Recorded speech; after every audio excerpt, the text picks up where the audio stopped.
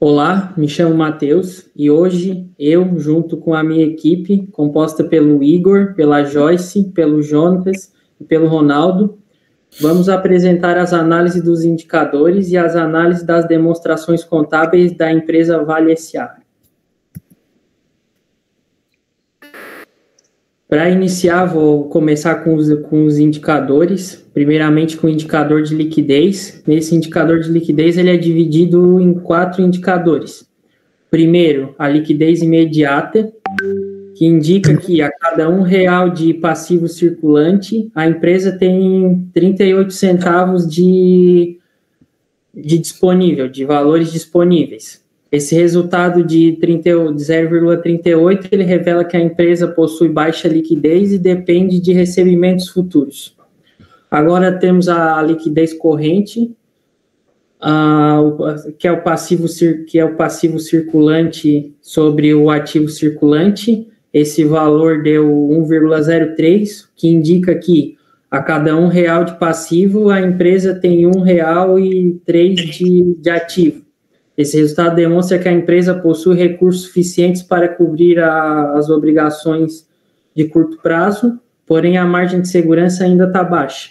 Temos o terceiro indicador, que é o indicador de liquidez seca. Esse indicador mostra que para cada R$ 1 de dívida no curto prazo, ele possui 68 centavos de ativo de curto prazo disponíveis, sem considerar o estoque e as despesas antecipadas. Esse resultado revela que a liquidez está baixa, pois a empresa não vai conseguir quitar todas as obrigações de curto prazo.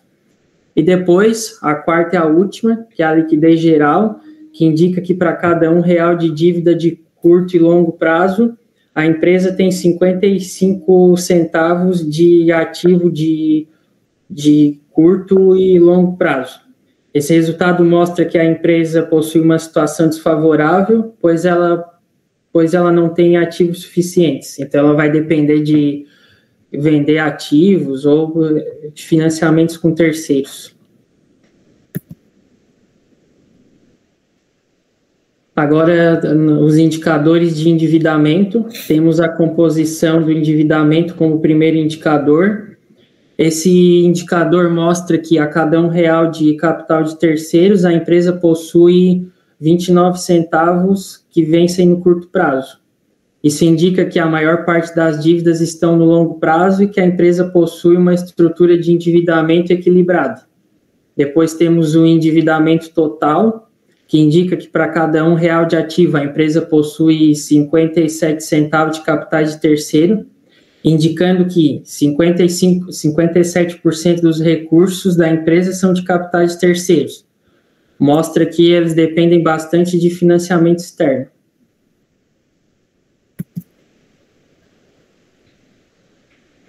Pois o último indicador de endividamento, que é o endividamento com terceiros, indica que para cada R$ 1 de capital próprio, tem R$ 1,32 de capital de terceiros. Esse resultado ele indica que tem uma grande dependência de recursos externos para poder financiar as suas atividades.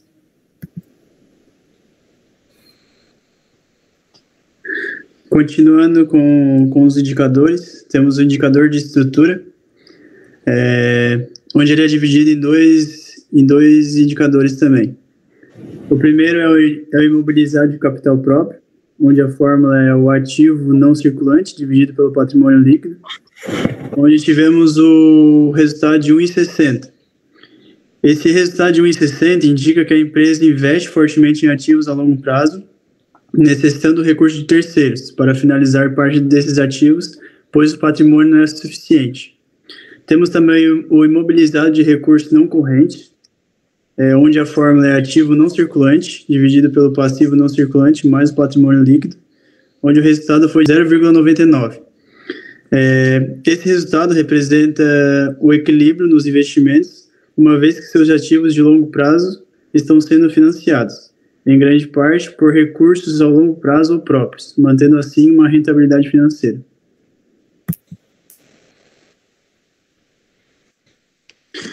Temos também os indicadores de desempenho, onde primeiro é o ROI, a fórmula é o lucro líquido dividido pelo patrimônio líquido vezes 100. Nesse cálculo, tivemos resultado de 14,20, o que indica o que a empresa está utilizando seu capital próprio de maneira eficiente e demonstra a capacidade de geração de valor para os acionistas. E temos também o ROE, onde a fórmula é o lucro líquido dividido pelo ativo total vezes 100. Tivemos resultado de 6,11. Esse resultado é considerado satisfatório e mantendo uma boa rentabilidade sobre o total de recursos aplicados. Continuando com os indicadores, temos o indicador de rentabilidade. Primeiramente, temos a margem bruta, onde a fórmula é o lucro bruto dividido pela receita líquida de vendas vezes 100, onde tivemos o resultado de 36,25. Esse resultado demonstra que a empresa possui uma boa eficiência na formação de preços e no controle de custo de produção, conseguindo assim manter uma parcela significativa da receita para cumprir com as despesas operacionais e financeiras. Temos também a margem operacional, onde a fórmula é o lucro operacional dividido pela receita líquida de vendas vezes 100, onde tivemos o resultado de 27,68. E esse resultado demonstra que a empresa possui uma boa capacidade na geração de lucros, com sua atividade principal e um bom controle dos custos de despesas.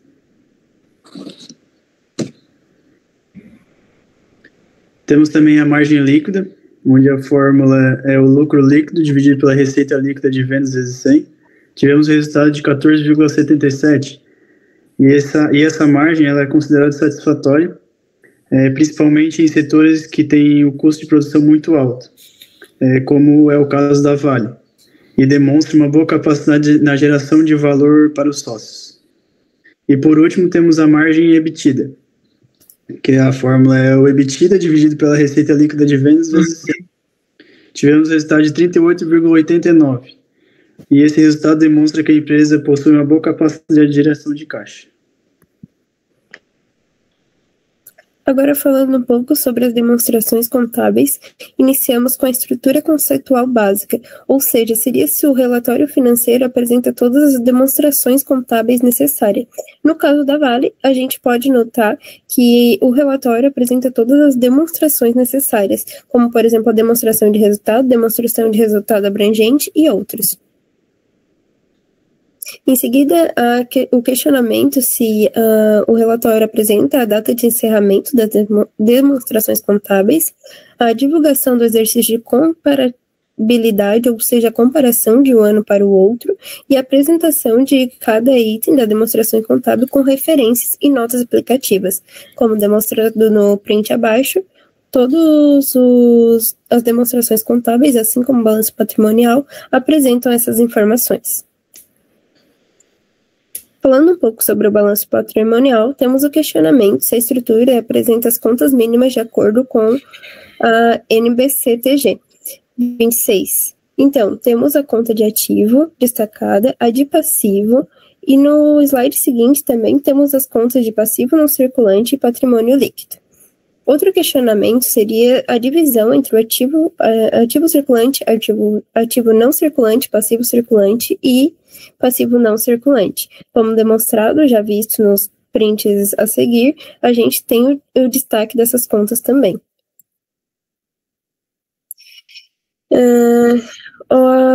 O próximo questionamento seria se o balanço patrimonial apresenta a estrutura de contas mínimas. Sim, ele apresenta todas as contas necessárias. E também a discriminação das contas que compõem o patrimônio líquido, e temos as notas explicativas explicando um pouco mais sobre cada conta destacada já no balancete. Falando ainda sobre o balanço patrimonial, há um questionamento se há o destaque no ativo não circulante do realizável a longo prazo, ou seja, investimentos, mobilizados e tangíveis. Como podemos notar, temos o destaque de todas essas contas. E também questiona sobre o destaque da depreciação e amortização no ativo não circulante ou nas notas explicativas. No caso do balanço, a gente não tem o destaque dessas contas, porém, eles se encontram nas notas explicativas dentro do intangíveis, no caso da amortização. Já no caso da depreciação, ele também está na conta, porém em notas explicativas dentro do imobilizado, como demonstrado no print a seguir. A próxima demonstração seria a demonstração do resultado e a sua estruturação. Como podemos notar, segue conforme a norma. A demonstração do resultado abrangente também apresenta todas as contas necessárias. A mutação do patrimônio líquido também está conforme a estrutura exigida. E o seu resultado também está conforme a demonstração de resultado, quando comparado à DMPL, que deu o resultado de 31.592 lucros acumulados em 2023, ela está de acordo com o exercício apurado na demonstração de resultado, conforme o print a seguir. Podemos notar que deu o mesmo valor de 31.592 em 2024.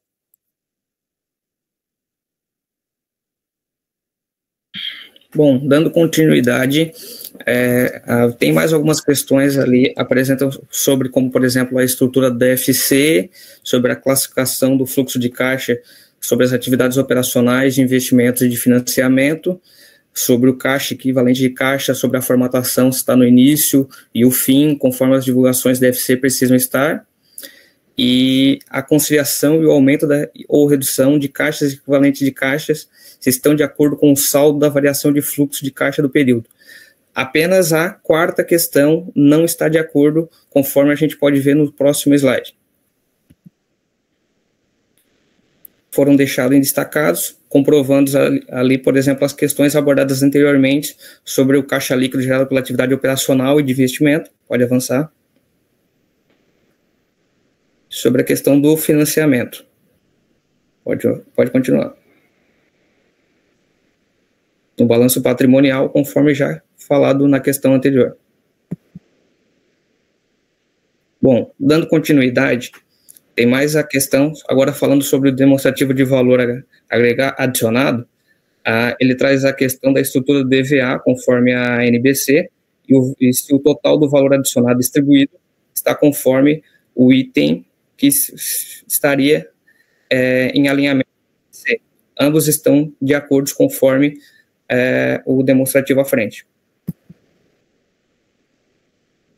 Também foi deixado destacado e confirma a questão anteriormente, apresentada no slide. Pode dar continuidade. Eu posto em destaque ali o resultado respondendo à questão anterior. Pode avançar. Falando sobre a política contábil, os estoques estão registrados pelo menor valor entre os custos e o valor realizável líquido. A produção compreende os custos fixos e variáveis, direta e indiretamente atribuídos à produção. Os custos são agregados aos itens em estoques com base no custo médio ponderado. Na data da apresentação das demonstrações financeiras, o valor realizável líquido dos estoques é avaliado e uma provisão para perda com estoques obsoletos ou de baixa movimentação pode ser reconhecida. As baixas e reversões são reconhecidas como custo dos produtos vendidos e serviços prestados. Bom, agora abrangindo novas questões, ele apresenta a questão da divulgação ou contexto operacional, a apresentação e a declaração das demonstrações contábeis foram elaboradas em conformidade com as normas contábeis e em resumo principais práticas contábeis adotadas no Brasil. Também sobre a divulgação e informações acerca da base da elaboração das políticas práticas, de acordo com os itens 112, 117 e 124 da TG 26, e a divulgação e informações sobre o julgamento da administração quanto à continuidade dos negócios. Apenas a última questão, ela não é aplicável. As outras estarão de acordo. Também, agora, sobre a divulgação e práticas adotadas para avaliar o estoque, a divulgação relacionada a investimentos, sobre o ativo imobilizado e o intangível, também todas estão de acordo. Sobre a divulgação relacionada a empréstimos e financiamentos, ao capital social e relacionado a eventos subsequentes, também ambas estão as três de acordo. dando continuidade sobre o contexto operacional, comprovando as questões anteriores. A base da elaboração e apresentação das demonstrações financeiras, aqui fala sobre a conformidade com as normas internacionais, como a IFRS, a IASB.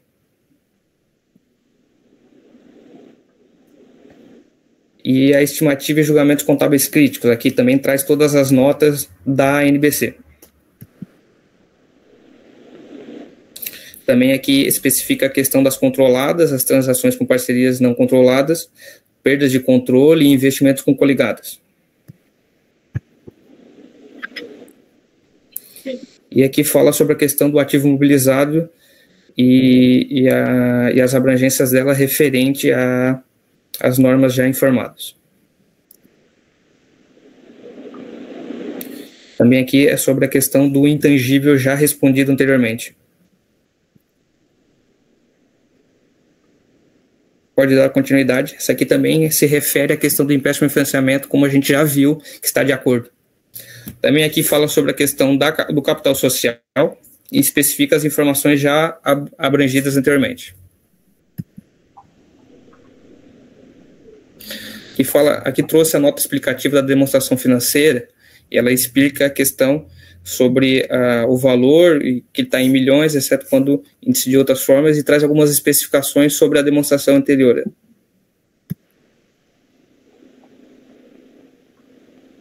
Bom, agora concluindo o nosso trabalho, nós conseguimos chegar à conclusão de que a empresa ela possui uma boa liquidez e uma sólida capacidade de pagamento, garantindo estabilidade operacional. A estrutura de capital é equilibrada, com endividamento controlado e financiamento prudente.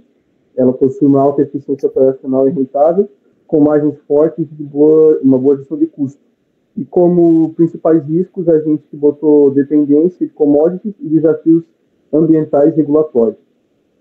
A gente conclui o nosso trabalho, agradecemos pela atenção e é isso.